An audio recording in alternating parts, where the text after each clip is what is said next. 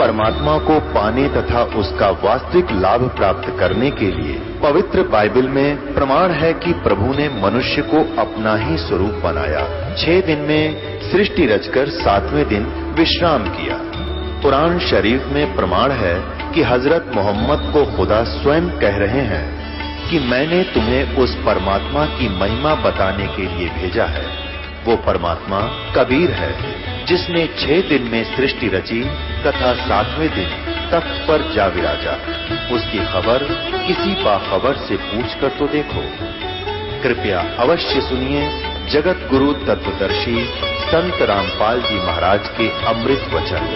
अब ये देखिएगा, ये श्री राम सुखदास जी महाराज गीता प्रेस गोरखपुर के संचालक भी हैं और इनका भी टीका देखिए। वो ये अध्याय नंबर 18 का श्लोक नंबर 66,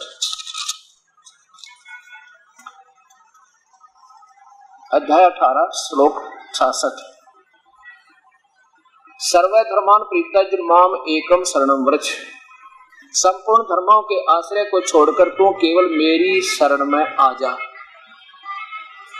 और ये क्या कहते हैं कि इनकी जो प्रतियां कितनी छपगी, इस ग्रंथ की उपयोगिता का इससे बढ़कर क्या प्रत्यक्ष प्रमाण होगा? क्या होगा?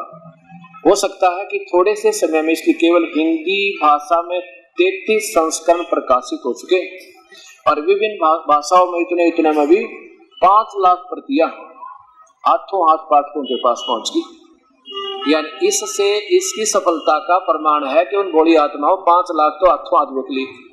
अब 5 गुना में 5 कर दो, इस एक ने 5 को और ये शिक्षा दी, 25 लाख का काम कर दिया। अब ये 25 लाख तो इस पर आधारित हो गए।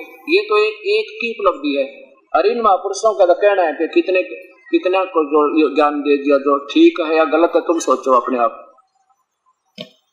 अब ये दास कह रहा, इसका दर्द हो रहा सब कहते ऐसा क्यों बताते हैं आपके गुरुजी, अपनी बताओ। कमाल की बात है। अब ये शास्त्र हमारे पास उपलब्ध है और हम पढ़ने की दिक्कत है, सारे इकट्ठे बैठ के खुशी होनी चाहिए। ये निंदा नहीं। आप 2 साल वर्ष पीछे समझोगे निंदा है कि वास्तविकता थी। क्यों बीता भाव को उन संतों ने आपको इतना रंग दिया कि आप दूसरी तरफ जा नहीं सकते, डरा इतना दिया, गुरु नहीं त्याग करते। गुरु को छोड़ती देर नहीं लागत, जब तो पता लग जाए ना अब ये कहाँ वास्तविकता है, तुरंत गुरु त्याग दे, कति पाप नहीं दूनापन होगा, जान बच जाएगी, काल के जाल तो छुटकारा पा जाओगे। एक डॉक्टर से इलाज नहीं हो तो दूसरे से तुरंत कराना चाहिए, अपनी जान नहीं खोनी चाहिए उसमें, एक नीम हकीम के पास बैठ के। अब क्या समस्या आती है, परमात्मा 3 है, वो पूर्ण ब्रह्म, ब्रह्म परब्रह्म और पूर्ण ब्रह्म। हमने क्या करना है, पहले मंत्र का लाभ आपको क्या होगा, आप यहां से बरी हो जाओगे, इस ब्रह्मांड से आपका बिल्कुल पीछा छूट जाएगा। और पहले मंत्र की कमाई आपको, उस पहले मंत्र की कमाई आपको यहां तक ले आवेगी, यहां तक ले आवेगी, संसारिक सुख प्राप्त हो गए। और बाकी जो 2 मंत्र का जाप आपको फर्स्ट एंड लास्ट होगा, वो कमाई फिर आपको यहां तक ले आओगी, 2 मंत्र वाली। कौन से 2 मंत्र की? वो नहीं जो श्वास वाला नहीं, वो जो 7 में 2 मंत्र है, फर्स्ट एंड लास्ट। और उसके बाद यहाँ पर इस काल ने क्या जाल किया है, ये 21 ब्रह्मांड बांध के चारों तरफ से 20 ब्रह्मांडों को ऐसे रोक के ये वैक्यूम प्लेस बना रखा है, सुन स्थान। ये बहुत लंबा चौड़ा है। पहले तो एक ब्रह्मांड के चारों तरफ ऐसे ही खाली स्थान सुन बना रखा है, इसने जैसे खाई खोद दिया करे ना पशुओं के चारों तरफ, वो से बाहर नहीं जा सकते। पहले तो हर ब्रह्मांड में खोद रखी इसने, और फिर इस महाब्रह्मांड के चारों तरफ, और इस महाब्रह्मांड के बाद फिर इस ब्रह्मांड के चारों, इस पूरे 21-20 ब्रह्मांडों को बंद करके यहाँ। अब यहाँ पर जाओगे ना, जब ये है वो कौन सा, ये है वो 10वां द्वार। ओए होए, अरे ये 10वां द्वार बताओ इस खोखे में, इससे बाहर है वो 10वां द्वार। अब यहाँ वो 10वां द्वार, और ये ऊपर है ये 11वां द्वार। ये परब्रह्म के लोक में प्रवेश करेंगे।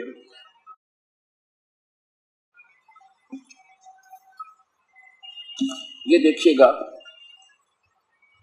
ये है वो 10वां द्वार जो आपको दास दिखा रहा, ये है वो 10वां द्वार। कौन सा? ये वाला। आगे 3 रास्ते बनते यहां से। ये है वो 10वां द्वार, ये है 11वां द्वार जो परब्रह्म के लोक में प्रवेश करेंगे। ये है वो 11वां द्वार, ये है वो 11वां द्वार, ये है वो 11वां द्वार, ये है वो 10वां द्वार, ये है वो 11वां द्वार जो यहाँ परब्रह्म का लोक प्रारंभ हो जाता है। ये है वो, ये 11वां द्वार, और ये है वो 12वां द्वार। द्वादश मद मैल मठ गौरे बहर न दे धर रे। इस 12 द्वारों को पार करके यहाँ वो स्थान, वो शाश्वत स्थान जहाँ पर कभी जाने के बाद मृत्यु नहीं होती। अभी तक इन्होंने 10 द्वार गाटा जोड़ रखा, और 10 द्वार का इन्होंने बेरा भी कोई ना। ये है वो 10वां द्वार, ये है वो 11वां द्वार, और इस 11वें के बाद फिर ये 12वां द्वार। यहाँ जाकर के ये परमात्मा की वास्तविक स्थिति सामने जाना है। अब ये 3 भगवान हैं। हम इस पहले मंत्र का जो आपको बताया यहां आएंगे, और यहाँ वो 2 मंत्र का जाप जो श्वास से होगा ना, एक ओम होगा और एक उसमें तत् मंत्र वो और दूसरा मंत्र जुड़ के, यहाँ एक लॉक लगा रखा है इस काल में। बिल्कुल ये कभी किसी से नहीं खुल सकता, केवल सच्चे नाम परमेश्वर वाले थे, और वो अधिकारी से प्राप्त होगा। वैसे तो वहां कोई जा ही नहीं सकता। तो ये जब खुलेगा, और ये नहीं खुलता तो उन महापुरुषों को जो बहुत बड़े अच्छे विधिवत साधक को हजारों वर्षों तक ओम नाम का जाप करते रहे, वो फिर यहाँ भेज देता उनको। यहाँ पर नकली सतलोक, नकली अलकलोक, नकली अगमलोक, नकली अगामी अनामी लोक इस काल ने रच रखे। और इनमें से भी महापुरुषों के जो अच्छे और ज्यादा पुण्यकर्मी, उनको यहाँ 12 भक्त यानी ऋषियों को यहाँ रखता है। बहुत अच्छे पुण्यकर्मी सिलेक्ट करता है, उनको फिर कलयुग में गलत मार्ग दर्शन करने के लिए अपने काल के दूत बनाकर भेजता है, जो करोड़ों जीवों को गलत मार्ग दर्शन करके दोषी होते हैं डबल, और स्वयं भी शास्त्र भी साधना करके फिर नरक में गिर जाते हैं। इस काल का इतना भयंकर जाल।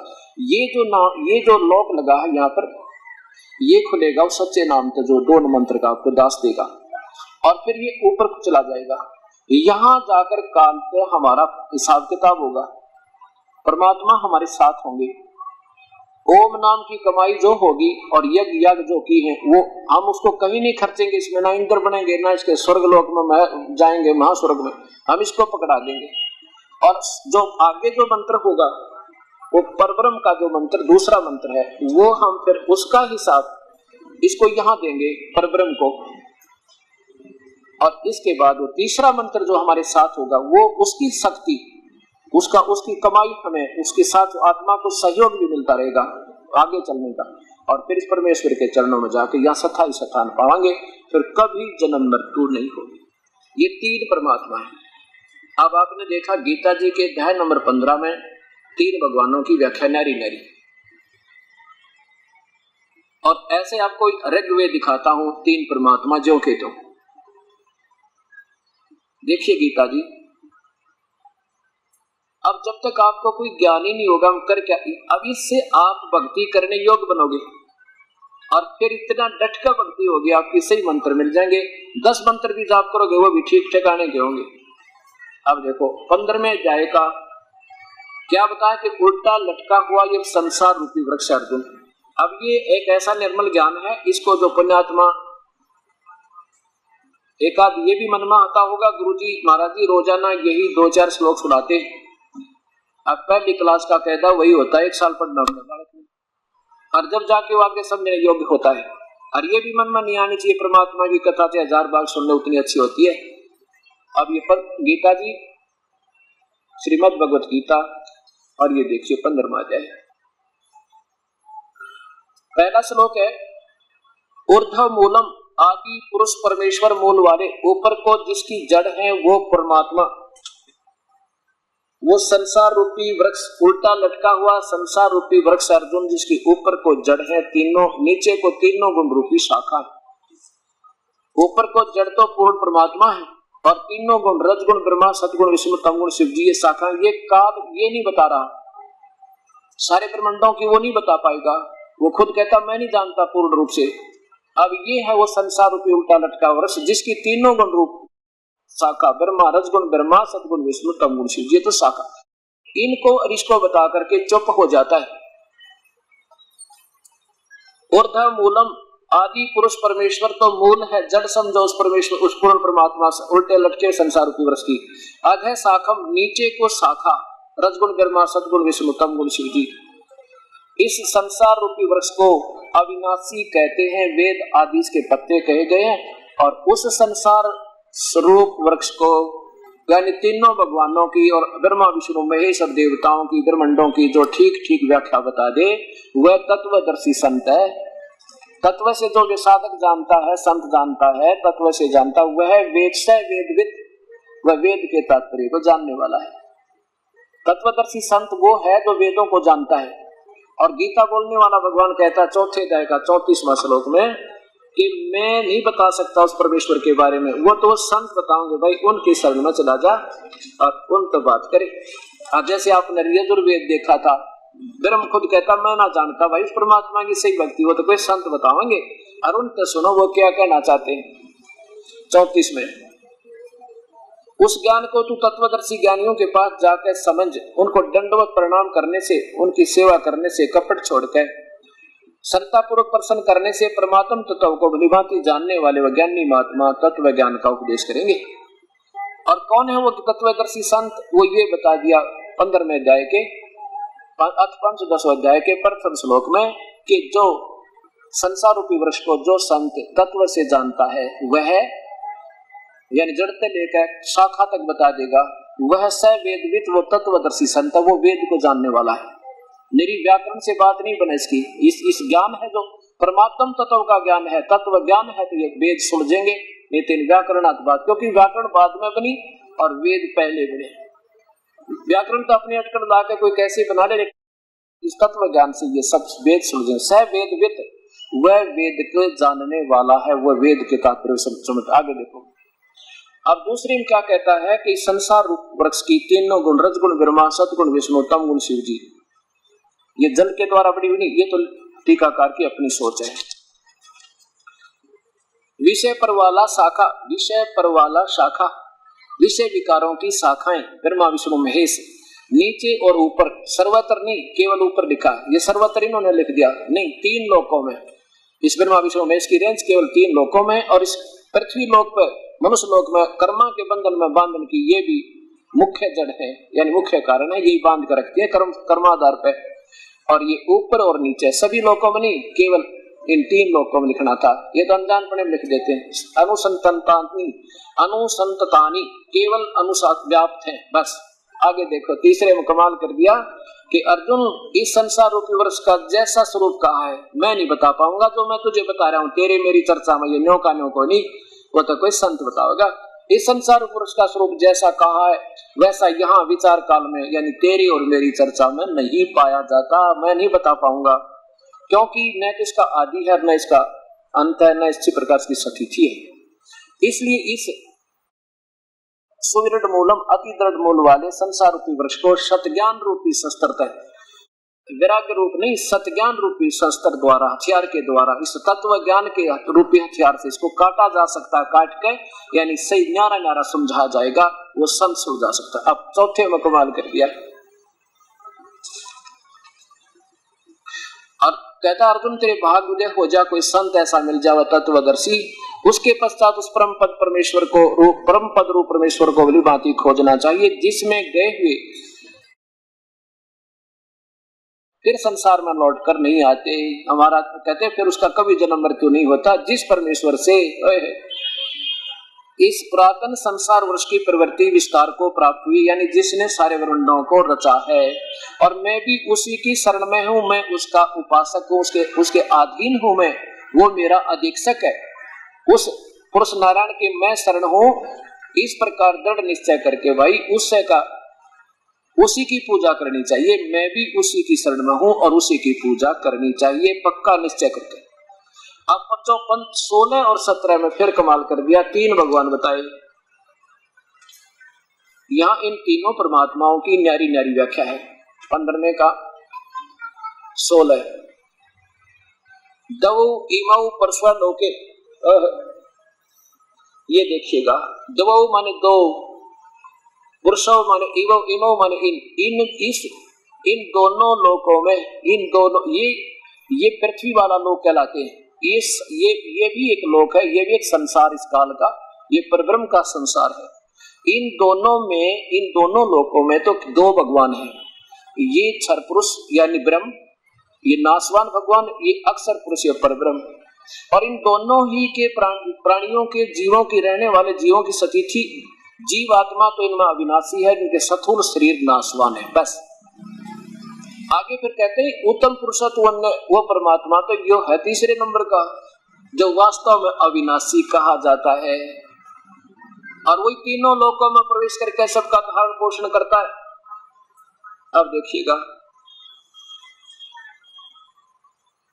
दो माने दो, इमो माने इस, इन दोनों लोकों में पुरुषों माने भगवान, क्षर पुरुष और अक्षर पुरुष, दो भगवान है, नासवान और अविनाशी। ये कुछ अविनाशी है अक्षर पुरुष, क्योंकि जैसे एक तो चीनी का कप हो मिट्टी वाला चाय पीने का, वो तो पड़ते टूटते पता है, और एक स्टील का कप हो उसकी तुलना में काफी स्थायी अविनाशी है, लेकिन वास्तव में अविनाशी नहीं, उसको भी जंग लगेगा और विनाश होगा, पर समय बेशक ज्यादा लग जाए।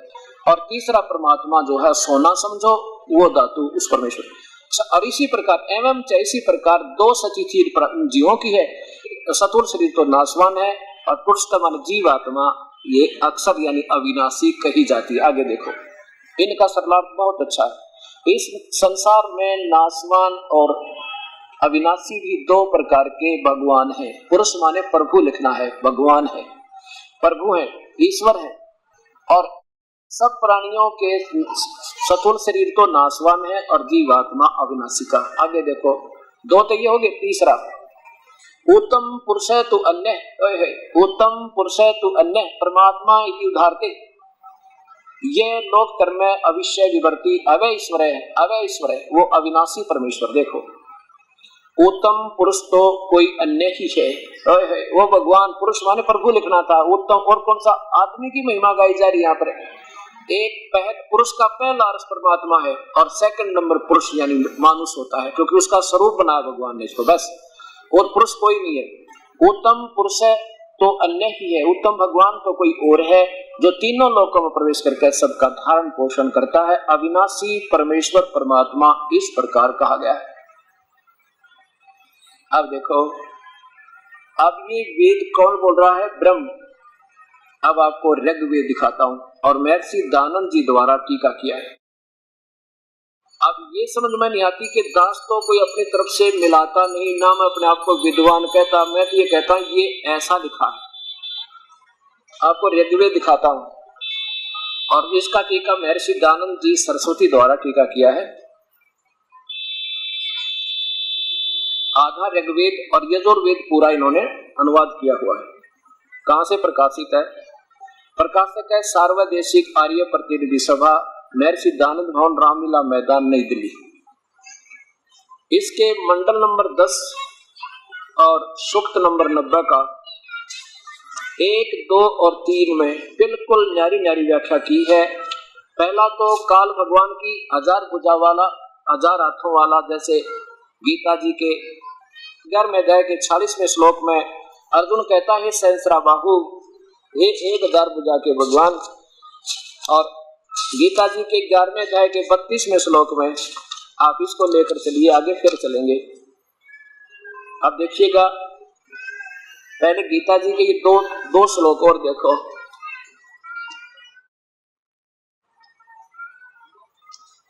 अध्याय नंबर 11 का श्लोक नंबर 32 देखो नीचे, ये 32 है। ये काल ब्रह्म बोल रहा है गीता को, लोकों का नाश करने वाला मैं बड़ा हुआ काल है, काल हूँ। इन्होंने महाकाल लिखा, कोई बात नहीं। इस समय लोकों का, इन लोकों को नष्ट करने के लिए परिवर्त हुआ हूँ, इसलिए प्रतिपक्ष की सेना में सचित योद्धा लोग भी तेरे बिना ना मारे भी नहीं रहेंगे, अर्थात इनको मैं आप मार दूंगा। और फिर क्या कहता 40वें श्लोक में, अर्जुन को देखा कहे भगवान 1000 भुजा के भगवान अपने उसी रूप में आ जाओ, मन डर लगे आपते, क्योंकि काल 1000 भुजा का भगवान है और ब्रह्मा विष्णु महेश केवल 4 भुजा के हैं। 40वां, मैं वैसे ही आपको मुकुट धारण किए हुए, क्योंकि ये विष्णु अवतार श्री कृष्ण मान रहे हैं, लेकिन वो काल बोल रहा था हाथ गदा चक्कर हाथ में लिए हुए देखना चाहता हूँ, इसलिए विश्व रूप विश्व स्वरूप सहस्र बाहो हे विराट रूप। सहस्र बाहो 1000 भुजा वाले, सहस्र माने 1000 और बाहु माने भुजा वाले, आप उसी चतुर्भुज रूप में होइए। ठीक है, 1000 भुजा भगवान काल की है, विराट की। अब यहां से चलेगी ये कहानी इन वेदों की। ये देखिए ऋग्वेद, महर्षि दानव सरस्वती द्वारा इसका अनुवाद है। और यहाँ देखो ये कहां से प्रकाशित है। सार्वदेशिक आर्य प्रतिनिधि सभा, महर्षि दान भवन, रामलीला मैदान, नई दिल्ली। इसके मंडल नंबर 10 सूक्त नंबर 90 के पहला दूसरा अपनी तरफ से दास कुछ नहीं मिलाएगा, सिर्फ इन महापुरुषों के द्वारा किया हुआ टीका ही आपको दिखाएगा। और आप ही सियाने होगे तभी ये बात बनेगी, नहीं तो ये संत तो अपनी व्याख्या को आप ही उलझा रखेंगे। अब देखियो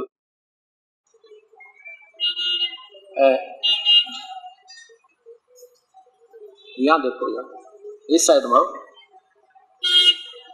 नीचे आओ। ये है सहस्र शीर्षा। सहस्र माने कितना होता, 1000, बालक तो बालक जाने। सहस्र शीर्षा, पुरुष माने परमेश्वर, स्वयं उनकी कलम से लिखा है, पुरुष माने परमेश्वर। सहस्र शीर्षा यहाँ लिखना मेरे दास के हिसाब से लिखना चाहिए था 1000 सिर वाला। क्या लिखा है, संसार के सिरों वाला। ये सहस्र शीर्षा माने 1000 सिर वाला। अगर इसमें कोई गलती है तो दास फिर भी मान लेगा मेरे से कोई गलत टिप्पणी होगी तो कोई बात नहीं, आगे देखो। और सहस्र रक्षा 1000 आंखों वाला, इन्होंने लिखा संसार भर की आंखों वाला। यहाँ 1000 आंखों वाला, 1000 पैरों वाला। सह माने वह जगत के महान उत्पादन कारण प्रकृति को सब ओर से आच्छादित करके 10 इंद्रियों वाले शरीर को अतिक्रम करके स्थित है। इसका वास्तविक अर्थ दास के हिसाब से ऐसा बनता है कि ये काल क्या करता है कि अपने 21 ब्रह्मंडों को कहता पूरा काबू करके इस्तबार बैठा है। ये ऐसा दास का अनुभव और संतों की वाणी कबीर परमेश्वर द्वारा, और वेदों का अर्थ ये बने दास के हिसाब से। ये काल में क्या किया हुआ है कि इनको पूरा काबू कर रखा है, पूरे के 10 उंगलम माने यानी 10 उंगलियां में पूरा काबू, समझो दोनों हाथों में पूरा काबू करके, और इससे बाहर भी बैठा है। तिष्ठत माने यहाँ बैठा है ये काल, इससे बाहर करके बैठा है। तिष्ठत माने बैठा है, कहीं एक स्थान पर टिका हुआ, ये यहाँ बैठा है। इनको काबू करके ये काल तो यहाँ बैठा है। अब दूसरे नंबर भगवान की, अब महिमा आपके सामने आओगी। ये तो पहला श्लोक में तो इस काल की महिमा है विराट की यानी काल की 1000 भुजा वाले की। अब दूसरे में देखो, जो उत्पन्न हो चुका है और जो उत्पन्न होने वाला है और जो वर्तमान में है, सब पुरुष या पुरुष माने यो भी भगवान है। एक और भगवान है, ये भी प्रभु है, ईश्वर है, परमेश्वर, वो भी राम है। वो ईश है, ये ईश्वर लिखना था, ये भी ये ईश्वर है। और उत का अर्थ होता संधेय युक्त। दास के हिसाब से डिक्शनरी देखी मैंने 3। उत माने संधेय युक्त, अमृत सब ये कहते हैं, और अमृत अर्थात मोक्ष का स्वामी है। उत माने संधेय युक्त। जैसे काल पता नहीं दूसरा भी अविनाशी दिखा पर वास्तव में अविनाशी है नहीं, हो हर लगे, क्योंकि बहुत लंबी समय तक जीवित रहेंगे, इसमें अमर रहेंगे, लेकिन नाशवान है। वो भी उत माने संधेय युक्त, अमृत स्व माने मोक्ष का स्वामी है, और जो प्रकृति से बढ़ता है उसका भी स्वामी है। ये दूसरे नंबर के भगवान की उसकी आगे परब्रह्म की। अब तीसरा देखो, तीसरा इतनी इस भगवान की महिमा है। ये महिमा शब्द सामने आपका बालक भी पढ़ ले, उस जो बता दिया ना सेकंड नंबर का, इसकी तो इस भगवान की तो इतनी महिमा है, जगत रूपी आदि विभूतियां हैं। और वह परमेश्वर तीसरे नंबर का, वह परमेश्वर तो इससे भी बड़ा है। इन्हीं के शब्दों में दास कुछ नहीं लगाता अपनी तरफ से, वो तीसरे नंबर का यानी एक भगवान तो पहला उससे यूं बड़ा है, उसकी तो वो बता दी इतनी महिमा है परब्रह्म की, और वो तो इससे भी बड़ा है। और समत भूत जात, इसका एक पैर है और इसी प्रकार इसके 3 पैर हैं। 3 पाद कैसे समझो, अमृत, और तीसरा पैर तो अविनाशी है, अब तीन अंश मालिक ने डिवाइड किया अपनी शक्ति तक। जैसे नीचे के थे नासवान, और ये दो पैर यानी ये नीचे के लोक भी इनके प्राणी, ये तो दूसरा। और तीसरा पैर कहते ऊपर है, वो सतलोक में है, वो परमात्मा तीसरा अंश यानी तीसरी शक्ति थी उस परमात्मा की ऊपर है सतलोक में, वो कभी विनाश नहीं होता। अब देखो चौथे नंबर में और कमाल कर दिया, तीन पाद वाला एक संकेत होते हैं, ये सांकेतिक और उदाहरणार्थ शब्द है। तीन पाद यानी नीचे, एक तो अंश नीचे उसका, ये भी उसी परमात्मा से बनाया हुआ है, परम और परब्रह्म के। और ये छोटे, और इनमें जितने प्राणी, ये तो दो पैर हो गए। और ऊपर का जो तीसरा पैर है वो कहते वो तो अविनाशी है, वो ऊपर के तीसरा पैर सतलोक, अलखलोक, अगमलोक, वो तो कभी विनाश में नहीं आता, वह अविनाशी। यह पुरुष, यह पुरुष, यह पुरुष यानी वो तीसरे नंबर का भगवान है ना, जो पूर्ण परमात्मा सतपुरुष, वह है ऊपर विराजमान है। वो तो ऊपर बैठा है उसी सतलोक में। दास नहीं बता रहा, ये इन्हीं के कर कमलों में लिखी हुई बता रहा है, पढ़ा रहा आपको। वो तीसरा नाम भगवान है ना, उसका तीसरा अंश जो ना, तीसरा पैर समझो, ऊपर का भाग है, वो तो कति अजर अमर है, वो कभी विनाश में नहीं आता, वो अविनाशी पैर है ना। वह यह पुरुष, यह भगवान ऊपर विराजमान है, वहां रहता है, वो तो विराजमान है, आदमी की तरह है, बैठा किसी एक ठिकाने पर नहीं। सर्वव्यापक को फिर ऊपर क्यों लिखते हो, तो सर्वव्यापक ही है। फिर निराकार का एक स्थान का दास सिर्फ ये अपनी शंका समाधान चाहता है कि ये क्या गलत लिखा है कि वेद में, वेद से ही बता रहा है। और इसका एक पैर पाद रूप जगत, तो फिर यहाँ प्रकट होता है ये एक अंश, जैसे ये दोनों परब्रह्म और ब्रह्म के लोग कहते हैं यहाँ प्रकट होते हैं। और वह प्रभु सर्वत्र व्याप्त है, उसी परमात्मा की सत्ता, उसकी धाक इन सब के ऊपर प्रभुता है, की धाक उसकी प्रभुता है। और वह खाने वाले, काल तो खाता है 1 लाख जीवों को, और परब्रह्म खाता नहीं। खाने वाले और न खाने वाले ये तीन अपनी सोच अलग से भी, अभी माने पर भी व्याप्त करता है, उसके ऊपर भी मालिक है, वो तो उन दोनों के ऊपर भी मालिक है, वो तीसरा भगवान है। यो खाता ब्रह्म है 1 लाख जीवों को, और परब्रह्म खाता नहीं, पर जन्म मृत्यु दोनों में ही है। देखो पांचवा, देखो उस परमेश्वर अधिष्ठ प्रकृति से, तस्मात माने उस परमेश्वर से, बस यहाँ ले लो, ये तो इन्होंने अपनी बात उड़ा जाए।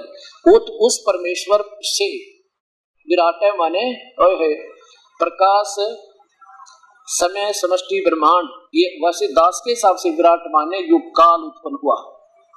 उसी परमात्मा से काल उत्पन्न होता है, अजायता माने उत्पन्न होता है, उसी काल से ये सब उस परमात्मा ने काल को उत्पन्न किया। और विराज अधि, इस विराट के ऊपर भी सुप्रीम पावर, वो कहता मैं उसकी शरण में हूँ। विराज अधि, विराट के ऊपर, इस काल के ऊपर भी वो सुप्रीम पावर है, अध्यक्ष रूप में वो भगवान है, वो पुरुष है, वो प्रभु तीसरे नंबर का भगवान तो इस विराट के ऊपर भी विराजमान है, उसके ऊपर भी अध्यक्ष है, उसका स्वामी है, मालिक है। और वह पुरुष उत्पन्न हुए से, वो परमात्मा जो है ना ऊपर वाला, उत्पन्न हुए से अतिरिक्त होता है, वो तो और न्यारा है इन दोनों से, वो कभी उत्पन्न नहीं होता, वो तो कभी माँ से जन्म नहीं लेता।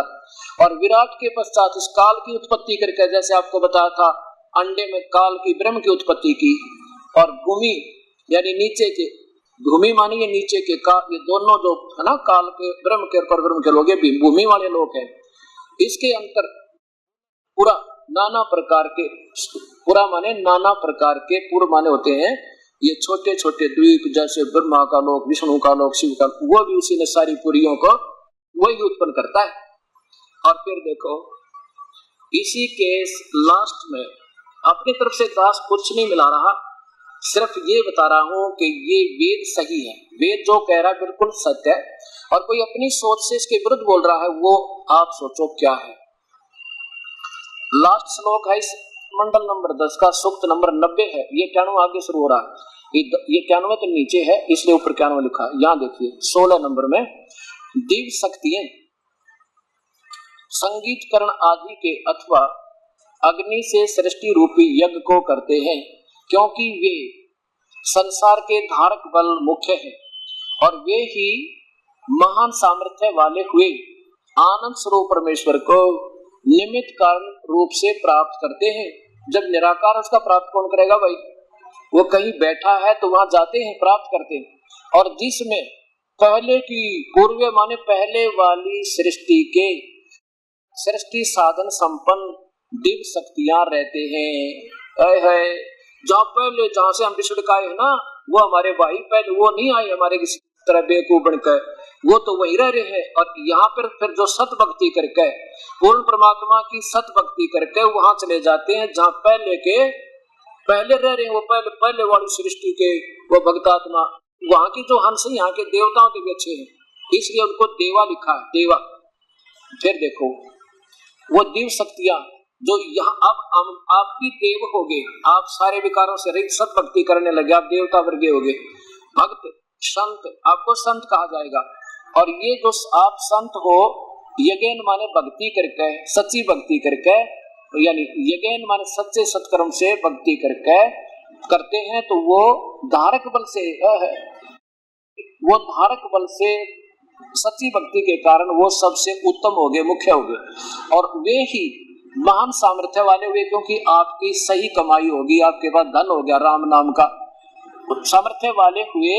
और उस ना का माने आनंद स्वरूप परमेश्वर को, पूर्ण परमात्मा को निमित्त कारण से उस सत भक्ति के कारण प्राप्त होते हैं। उस सच्ची भक्ति के धन की कमाई के कारण वो धारक बल के हो से भक्ति की शक्ति यानी कमाई के आधार पर निमित्त कारण से उस परमात्मा को प्राप्त होते हैं, वो आकार में है वहां पे। और जिनमें पहले की सृष्टि के साधन संपन्न दिव्य शक्तियां यानी वो परम, वो प्यारी आत्मा, वो हंस आत्मा, वो पहले की रह रही है, जो वहां पहले रहती है, वहां चले जाते। अब ये दास ये बताता है, और इनका पेट में दर्द दोनों का, कहते हैं अब महर्षि दानंद जी की छवि धूमिल कर रहे हैं। बताओ मैं के छवि धूमिल करूं, दास मत दो कौड़ी का जीव। अरे मुझे तो आप अशिक्षित समझो, मैं तो ये बता रहा हूँ, ये स्वयं अपने कर कमलों से तो ये लिख रहे हैं और सत्यार प्रकाश में ये बता रहे हैं। बताओ मैं को तो कुछ कहता ही नहीं, मैं अपनी तरफ से कुछ मिलाता ही नहीं, और फिर भी लोग शास्त्रार्थ करो। ये शास्त्रार्थ हो रहा है, क्या हो रहा है बताओ? ये शास्त्रार्थ हो रहा है, और शास्त्रार्थ किसके साथ? और वेदों से और उन महापुरुषों से। बस दास तो बीच में एक टेप रिकॉर्डर समझो, इतना ही। अब तीन भगवान वेद सिद्ध करे कर कमलों से स्वयं ये महर्षि जी आप लिखे, और फिर इनसे प्रश्न किया किसी ने यजुर्वेद में ना, इसमें सत्यार प्रकाश में।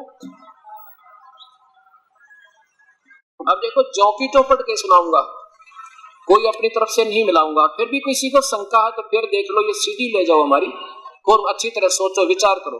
देखो आज सत्यार प्रकाश है, महर्षि दानंद सरस्वती स्वामी विरचित है, वैदिक पुस्तकालय दानंद आश्रम केसरगंज से प्रकाशित है। अंदर भी देख लो।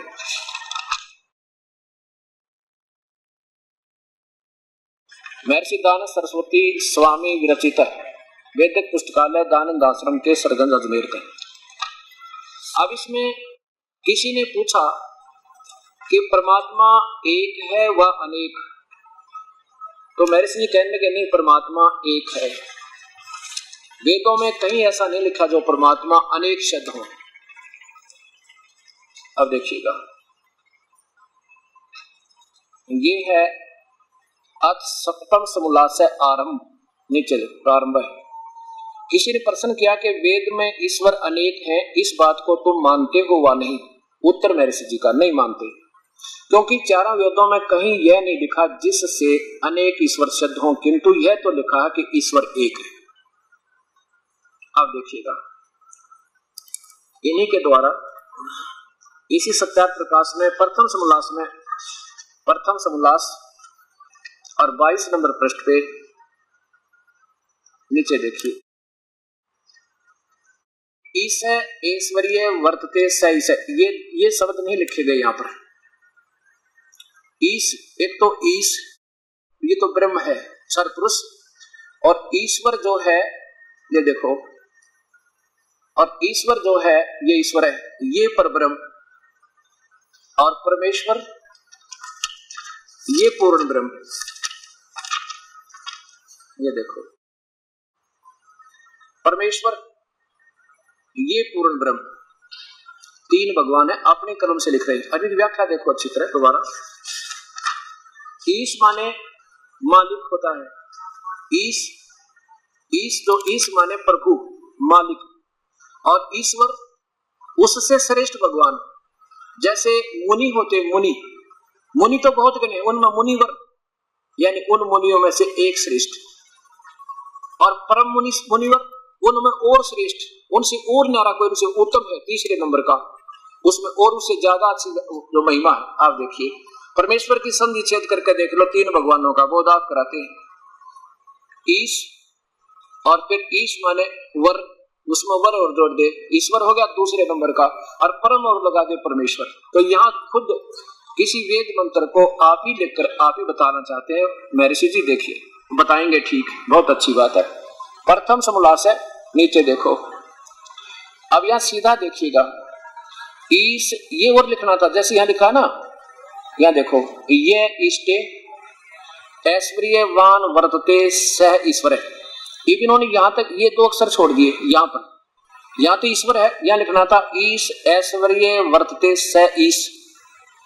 जो थोड़ी सुविधा, थोड़ा धन, थोड़ी जो लाभ देता है, थोड़ा जो ना सुविधा देता है, वो तो ईश है।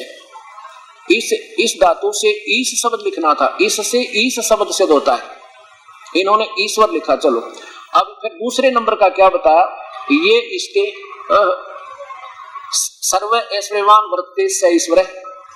दूसरे नंबर का वो है जो इससे ज्यादा लाभ देता है, वो परब्रह्म, वो भी कहते हैं दिखत भगवान जैसा ही है, पर उसकी भी संदेह युक्त, ये भी सर्व ऐश्वर्यवान देता है, लेकिन ये खाता नहीं, इस प्रकार इसको भी, ये इससे तगड़ा, इससे वर है, श्रेष्ठ है, इससे अच्छा ईश्वर है। आगे देखो, जिसका नाम, इसलिए परमात्मा का नाम, दूसरे भगवान का नाम ईश्वर है, ऐसा होना चाहिए। चलो तीसरा देखो, इस प्रथम समोल्लास और ये प्रश्न नंबर 26 पे आप देखो, समर्थ वाले का नाम ईश्वर है, ये महर्षि जी की टिप्पणी। और वो वेद वाक्य क्या कहता है, ईश्वरेषु, ईश्वरेषु माने ईश्वरों से, गणे ईश्वरों से भी, समर्थेषु समर्थों से परम श्रेष्ठ है, जो प्रेम श्रेष्ठ है, सह परमेश्वर है, ये परमात्मा। 8वीं कक्षा का भी जो विद्यार्थी होगा ना संस्कृत का, वो भी समझ जाए इस बात को। क्या लिखा है, ये ईश्वरेषु समर्थेषु, सब ईश्वरों से और सब समर्थों से, जो परम माने श्रेष्ठ और परम श्रेष्ठ है, सह परमेश्वर है। जो ईश्वरों, जब ईश्वर एक है तो ईश्वरों शब्द तो उनके शब्द कोश में होना नहीं चाहिए था, उनके कमलों से ईश्वरों लिखना ही नहीं चाहिए था। पर महर्षि जी ने ईश्वरों और समर्थों में समर्थ जिसकी तुल कोई भी ना हो, वो उसका वो है परमेश्वर, वो परमेश्वर है, नाम नूम नहीं, वो परमेश्वर है, नाम तो और है इनके। अब वो 3 हो गए। अच्छा फिर देखो, अब वेद कौन बोल रहा है, वेद ब्रह्म बोल रहा है, महर्षि जी स्वयं कहते हैं। देखिएगा अब ये चक्कर पड़ा हुआ, दास अपनी तरफ से कुछ मिला नहीं रहा, ये बताना चाहता है कि किसी ने उनसे पूछा कि परमात्मा ने जब निराकार है तो वेदों को कैसे लिख दिया। उन्होंने कहा कि परमात्मा ने वेदों को कैसे लिखा कि एक एक ऋषि के अंदर जैसे प्रेत प्रवेश कर जाता है, जैसे श्री कृष्ण में, और ये ब्रह्म काल प्रवेश करके गीता बोल गया, जो कहते हैं वेदों का सार दे दिया। और चारों ऋषियों में ऐसे ही एक एक ऋषि में ये काल प्रवेश करके ये चारों वेद बुलवाए। पहले तो ब्रह्मा को मिले थे, उसी ने अपने अंदर से, काल ने अपने श्वास से बाहर निकाल कर एक वेद बना दिए थे ऑटोमेटिक, और वो ब्रह्मा न पाए, ब्रह्मा न पढ़े पहले, उसके बाद प्राकृतिक उथल पुथल भी समाप्त हो जाते हैं। फिर चारों ऋषियों में एक एक ऋषि में ऐसे प्रेतवश प्रवेश करके काल ब्रह्म ने ये चारों वेद बोले। और फिर ऋषि नहीं बोल रहे वो, जैसे गीता जी में कृष्ण जी कहते हैं मुझे तो मालूम नहीं क्या कहा था, तो ऐसे ऋषियों ने नहीं मालूम क्या कहा, ना ऋषि बोल सकते, वो काल ही बोल रहा है। अब इन्हीं के कर कमलों द्वारा दिखाता हूँ। 12 पृष्ठ पे किसी ने प्रश्न किया कि आप जब कहते हो परमात्मा निराकार है, तो सप्तम समोल्लास है, नीचे देखिएगा, परमेश्वर साकार है, निराकार, निराकार मानते हैं भगवान। महर्षि जी उत्तर देते हैं, आज देखिए, जब निराकार है तो वेद विद्या का उपदेश बिना मुख के कैसे हो सकेगा। अब क्या उत्तर देते हैं, नीचे देखिए, ज्यादा ना बता के यहाँ ये कि जब परमेश्वर निराकार है, सर्वव्यापक है, तो अपनी शक्ति पे, अपनी विद्या का उपदेश जीव सत रूप में है, ऐसे ढंग के अंदर पहुंच जाता है जैसे ये लगे ये जीव बोल रहा है। जीव सत, सत माने स्थापित हो गए जीव की तरह, भूत की तरह, और स्वरूप से जीव सत स्वरूप से जीव आत्मा में प्रवेश कर देता है, अंदर पहुंच जाता है और फिर बोलता है। और वो व्यक्ति फिर वह मनुष्य अपने मुख से उच्चारण करके दूसरे को सुनाता, इसलिए यहां दोष नहीं आता। अब देखो फिर इसने प्रश्न किया कि किस किस के आत्मा में कब कब प्रवेश किया? 4 ऋषियों में। यहां देखो, सृष्टि के आदि में प्रारंभ परमात्मा ने अग्नि, वायु, आदित्य, अंगिरा, इन सब में एक एक वेद का प्रकाश कर दिया। अच्छा आगे देखो, अभी तो कह रहे थे ना जीव सत रूप होकर आप पर प्रवेश करता और नहीं बोल सकता कोई। फिर देखो अब 2 से 17 पे वो सप्तम सोमोल्लास में, ईश्वर ने उन ऋषियों को ज्ञान दे दिया होगा, उस ज्ञान से ऋषियों उन लोगों ने वेद बना लिए होंगे। ये भी समस्या हल कर दी कि ऋषियों ने नहीं एक शब्द भी बोला। कहते नहीं नहीं नहीं, ऐसे कैसे हो सके? कैसे? ज्ञान ज्ञेय के बिना नहीं होता, देने वाला अंदर था, ऋषियों ने नहीं पता कुछ भी। इनकी तो भूमिका यहाँ समाप्त कर दी। ईश्वर ने उन ऋषियों को ज्ञान दे दिया होगा, उस ज्ञान से उन लोगों ने वेद बना दिए होंगे। कहने लगे नहीं, ज्ञान ज्ञेय के बिना नहीं हो सकता, और इतने अच्छे मंत्र किसी की सामर्थ्यता नहीं है। छंद आदि का निर्माण करना बिना सर्वज्ञ के किसी की सामर्थ्यता नहीं है। इस प्रकार सर्व ज्ञान युक्त शास्त्र को बना सके, यानी ऋषियों ने नहीं एक अक्षर भी बोला, इनकी भूमिका समाप्त होगी। हाँ, वेद पढ़ने के पश्चात व्याकरण बना ली, व्याकरण तो ऋषियों द्वारा बनाई, ये गलत भी हो सके अपनी सोच से, और वेद सही है वो प्रभु के द्वारा दी गई। पश्चात व्याकरण आदि छंद ग्रंथ ऋषि मुनियों ने विद्या प्रकाश के लिए किए हैं। ये व्याकरण तो गलत भी हो सके और उसको वेद सही है, और वेद को वो बताओगा जो तत्वदर्शी होगा, उसकी व्याकरण उसके पास होगी। अब फिर कहते हैं जो परमात्मा वेदों का प्रकाश ना करे तो कोई कुछ भी नहीं बना सके, इसलिए वेद परमेश्वरों उक्त है, परमात्मा द्वारा बोले गए। ये परमात्मा किसको माने? ब्रह्म को, ज्योति निरंजन काल को। अब देखिए इनके प्रथम सोमोल्लास में प्रथम ही शब्द में सबसे बड़ा होने से,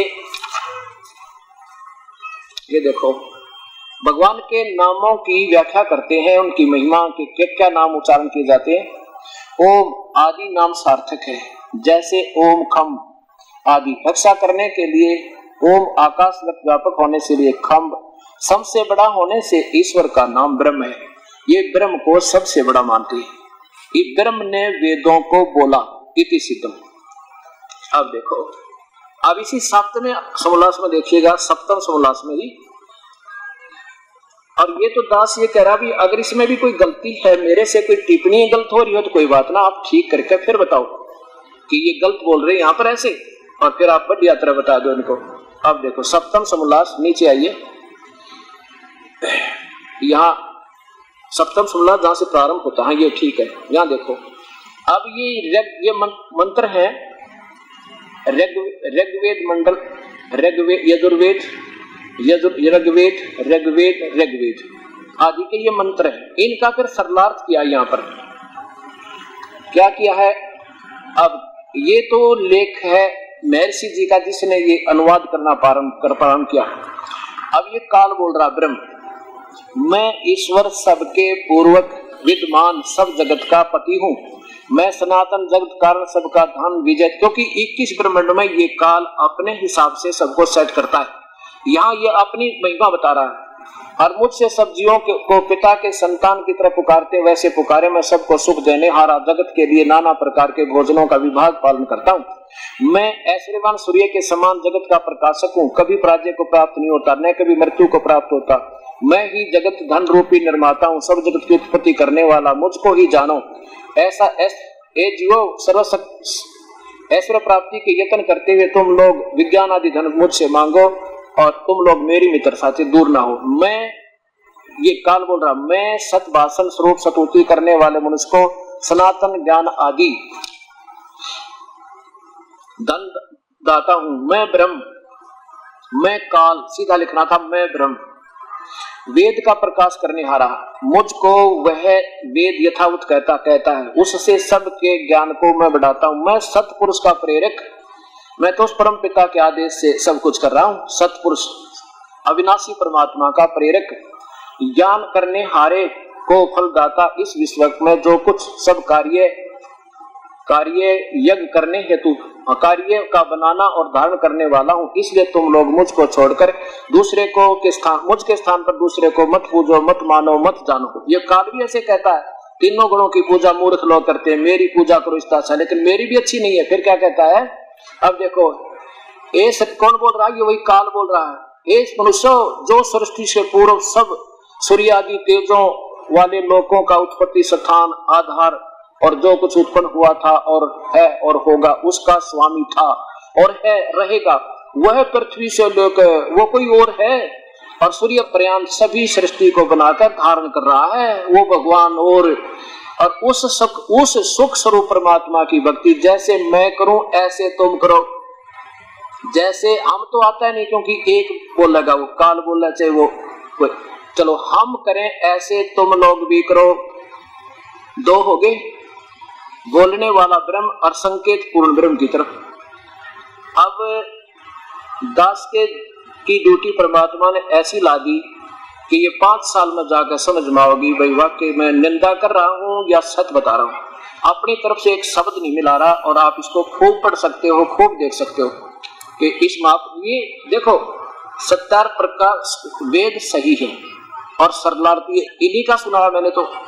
वेदों को ये सबसे श्रेष्ठ मानते हैं। इन्होंने आप ही कहा है कि जो वेदों को छोड़कर ऋषियों के जो अपने बनाए उपनिषद है वो जहां तक वेदों से मिलते हैं तो ठीक है, वेदों से भिन्न है तो फिर एक आने के लिए उपनिषद क्या होती हैं, उन महापुरुषों की अपने जीवन का सारा अनुभव, जैसा प्रभु को जाना समझा और उसके सोच के शास्त्र बना दिया कि मेरे अनुयायी सारे शास्त्रों को ना पढ़ के इसके ऊपर आधारित हो जाओ बस, ताकि इनको सरल हो जाए समझना।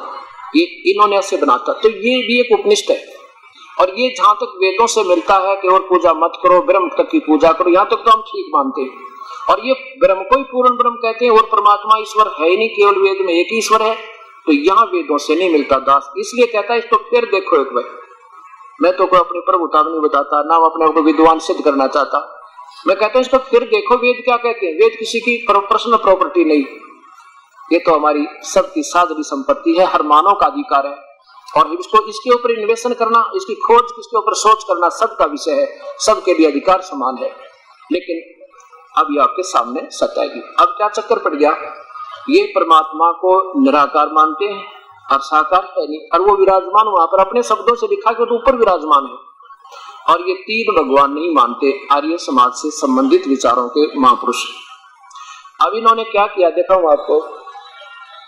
अब कहते हैं नाचा ना गया तो आंगन टेढ़ा।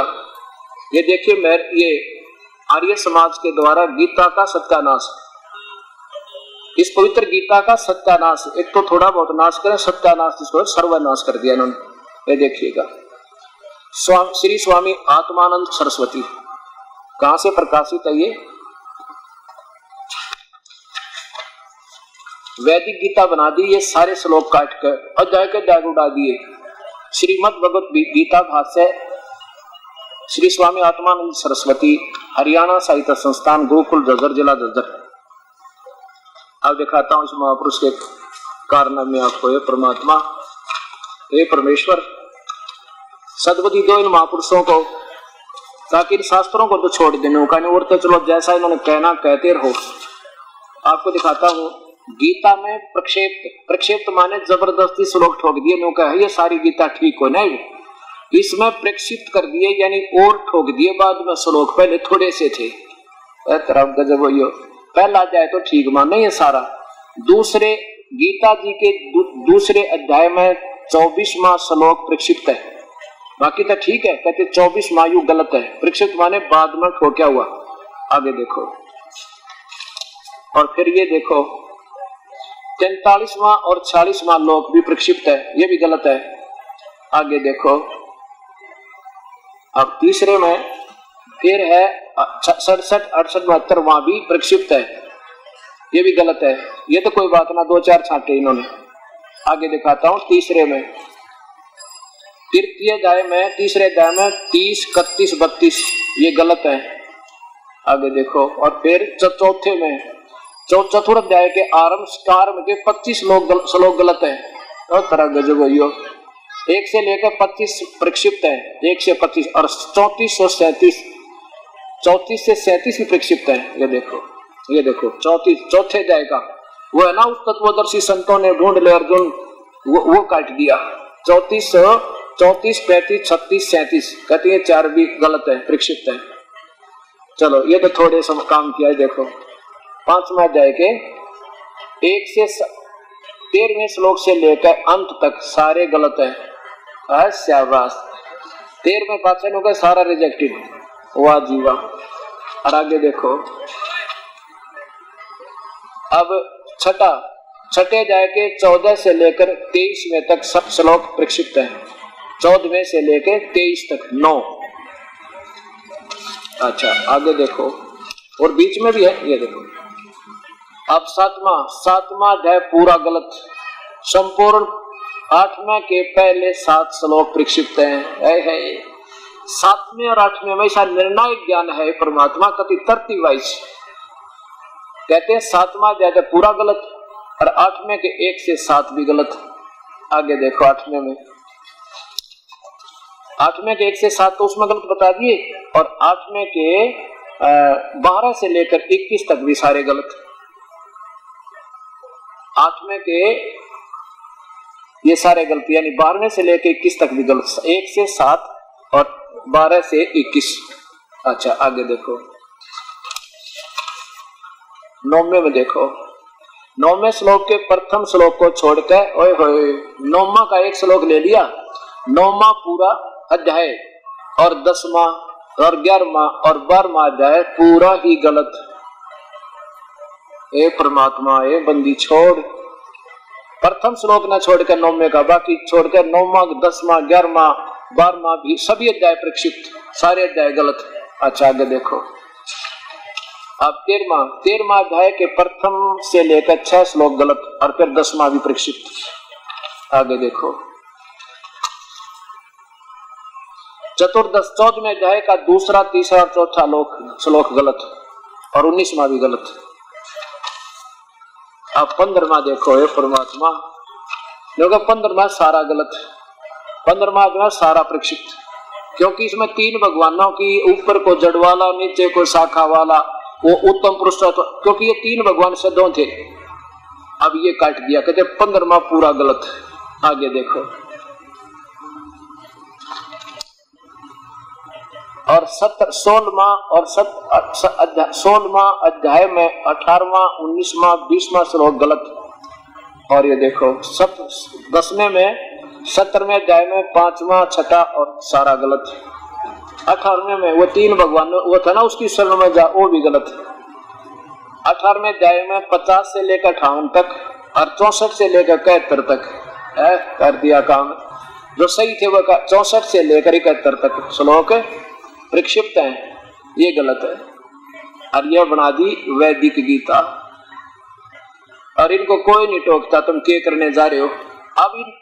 अब इन्होंने, शुक्र है भगवान करे न वेद ना पर देश महापुरुष ने ना इस रेगमंडल के इस तीनों ने भी काट के मैं बना देता है।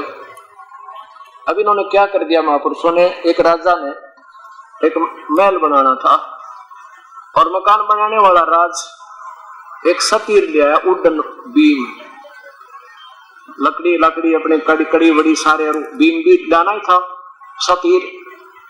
अब मंत्री की ड्यूटी ला रखी, मेरा बढ़िया मकान बना मंत्री जी। राजा ने, मंत्री ने सोचा दारमदार बीम पर होती है, यानी सतीर पर, और एक किसी और मिस्त्री से दिखा लेता है सतीर ठीक है कि नहीं।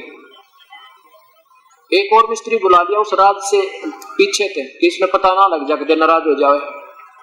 अब वो महिमा का भूखा दूसरा मिस्त्री आया, ने बोला जी इसमें तो बहुत कमी है। अब भाई ठीक करके तो कमी है, मैं कर दूं, 1 मिनट में कर दो। वो ले अपने हथियार बसोला वो रंदा और लग गया, चारों तरफ घुमा कर 1-1 इंच तार दिया, दोनों तरफ में ऐसा चमका दिया, वाह दिया, देखो जी अब ऐसे ही यूं करके दिखा दिया। अब वो वजीर बोला भाई बहुत बढ़िया है, तो वाक्य बहुत सुंदर लगे रहा, तो अगदी अब ठीक हुआ, बहुत कमी थी इसमें तक। मंत्री ने सोचा भाई राजा का काम, और यदि इसमें कोई त्रुटि रहेगी तो तेरे पर डांट पड़ेगी, क्यों ना एक और दिखा लूं, क्या फर्क पड़े। एक और बुला लिया, वो आ गया मैं मांगा भूखा, यूं करके उसकी गुनिया गानिया देख कर, ये बोला इसमें तो बहुत त्रुटि। मंत्री बोला भाई ठीक है। फिर मिस्त्री जी हथियार साथ थे, मंडिया करेड़ा होकर 5 रुपये ले गया, 2-2 इंच तार गया उसने सोची एक और दिखा लूं, जब इसने त्रुटि बताई तो को त्रुटि बंद करेगा जब मैं रुकूंगा। 4 बुलाए हुए 6 इंच, यानी वो वुडन बैटन बना के छोड़ दी, कड़ी बना दी।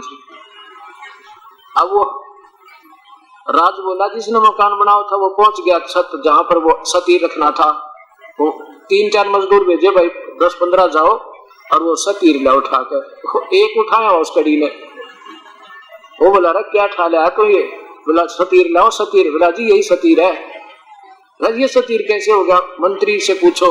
मंत्री से पूछ के जब वो गया वहां माथे का तुम्हारे रतरा गजब हो यो क्या करवा दिया काम इसका। तो अब इन महापुरुषों ने इनको सतीरों को कड़ी बनाना शुरू कर दिया था, इनकी सफाई करनी शुरू कर दी थी। शुक्र है ये दास का हाथ लग गए सारे। आप फिर ये लोग निंदा कर रहे हो, आप तो रतरा गजब हो ये क्या कर रखा, देखियो उठा के माथे का हाथ मारा गया दुनिया पाछे थे। अब कुछ दिनों में क्या होगा कि ये पहुंच जाएगी सबके पास, वैदिक गीता हो जाएगी और उस अनमोल रत्न का विनाश कर दिया जाएगा। नहीं होगा अब तो ये कई हजारों वर्ष का सुख हो गया आपको और बड़े आनंद होंगे। अब ये जो प्रकरण आपके सामने चल रहा है इसको नादान लोग कहते हैं कि ये गुरुजी निंदा करते रहते हैं, अपनी ना बताते। अपनी तो मैं बाद में बताऊंगा, जब आपके ये पक्का नोट चलेगा ये ठीक कह रहा है, नहीं तो जो भी बताऊंगा आपका सारी उलट जचेगी और अब सारी सत्य होगी आपको। और एक प्यारी आत्मा जिसके समझ में आगी हजारा ने समझा होगा जाके, और सब उठा देखेंगे पवित्र शास्त्रों को दोबारा ये वास्तव में ये कहानी क्या है। अब देखिएगा इस 4 दिन के सत्संग में दास का प्रयत्न रहा है कि वो पूर्ण परमात्मा कोई और है जिसकी हमने भक्ति करनी चाहिए। हमारे सभी सदग्रंथ और सभी महापुरुष जिन्होंने उसकी उपलब्धि हुई है उनको बताया कि मानुष सदृश है, उसका तेजो में शरीर है और वो सतलोक में रत धाम में रहता है। उसके पाने की विधि ये मंत्र 3 मंत्र का जाप है, जैसे आपको बताया गया। अब आपको शाम वेद में दिखाता हूं 3 मंत्र के जाप का प्रमाण। शाम वेद 822 नंबर संख्या में जो का जो 3 त्रितस्य नाम है। अब मैं आपको अनुवाद इसमें दिखाऊंगा। इस दास ने यह परिभाषा प्रभु की बनाई, इसको पढ़ कर देखना। इसके अंदर आपको इसका गीता के जी की तरह संधि छेद भी साथ में बहुत ही आसान सरल जैसे दास की बुद्धि ने काम किया है। और मैं ये कहता हूं इसमें भी कोई त्रुटि है तो दास अब भी तैयार है, इसमें कोई कमी हो तो ठीक कर लूंगा, ताकि आगे कोई मेरे कारण को गुमराह ना हो जाए। इस प्यारी आत्मा शाम वेद इसकी केवल संस्कार दिखाऊंगा आपको, बाकी टीका दास बताएगा। ये कहां से प्रकाशित है? ये महर्षि दयानंद जी का सरलार्थ नहीं है, लेकिन आर्य समाज को ये टीका मंजूर है। ये भाषा यानी अनुवाद सार्वदेशिक कार्य प्रतिनिधि सभा 2/5 महर्षि दयानंद भवन रामलीला मैदान नई दिल्ली। अब इसमें 822 नंबर संख्या में लिखा है कि कबीर परमेश्वर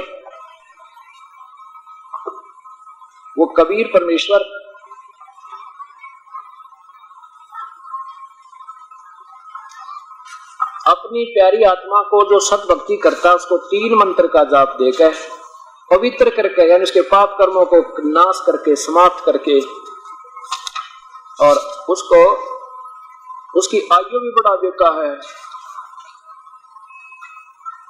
ये देखो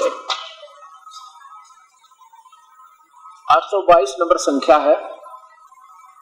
मनीषी भी पवते पूर्वे कबीर, ये रह जो ना ये छोटा ये यहां लगेगा। कबीर नर भी यत प्रिकोशान आसिदत त्रितस नाम, त्रि नाम तस्य मन उसको, जनेन मन जन्म के, क्षरण माने मृत्यु के, और वायु माने श्वासों को, वायु माने श्वासों को अपने प्यारी आत्मा भगत के साथी के बढ़ा देता है अपने कोष तक खजाने तक। अब ये देखना मनीषी भी, ये आपको संस्कृत। अब इन्होंने क्या सलाह किया देखिएगा। हे सोम विद्वानों द्वारा शुद्ध किया जाता है, फिर पुराना बुद्धि तत्व वाला कवि का इन्होंने कर दिया कबीर का बुद्धि तत्व वाला, यहां लिखना था कबीर। अब मान ली यजुर्वेद की महिमा चल रही है और यजु का कोई अर्थ लिख दे, लिखना चाहिए था वो कबीर है जिसकी महिमा सुना रहा हूं मैं, जैसे दास की बुद्धि काम करी। और दुख द्रवण करणों को छोड़कर उनसे निकलकर त्रितस्वन तीनों लोकों में फैले हुए। यहाँ सत्ताचारण ने भी कभी अर्थ किया है, त्रित नामक ऋषि अर्थ नहीं किया। अच्छा चलो, वायु विशेष के नामने वाले जल को, नाम माने नामने वाले जल को उत्पन्न करता है, वह मधुर रस को वर्षात, शरण माने मुरसात, वर्षाता हुआ स्नेह व मित्रता का के लिए इंद्र नामक वायु विशेष को बढ़ाता हुआ आशीर्वाद वर्षता है। ये तो सर्वदात महापुरुषों का है। अब दास बताएगा, हो सके मेरा गलत हो क्योंकि ये विद्वान ज्यादा है, फिर इसको दोबारा देख लेंगे, कोई बात नहीं। शब्दकोश हमारे पास है।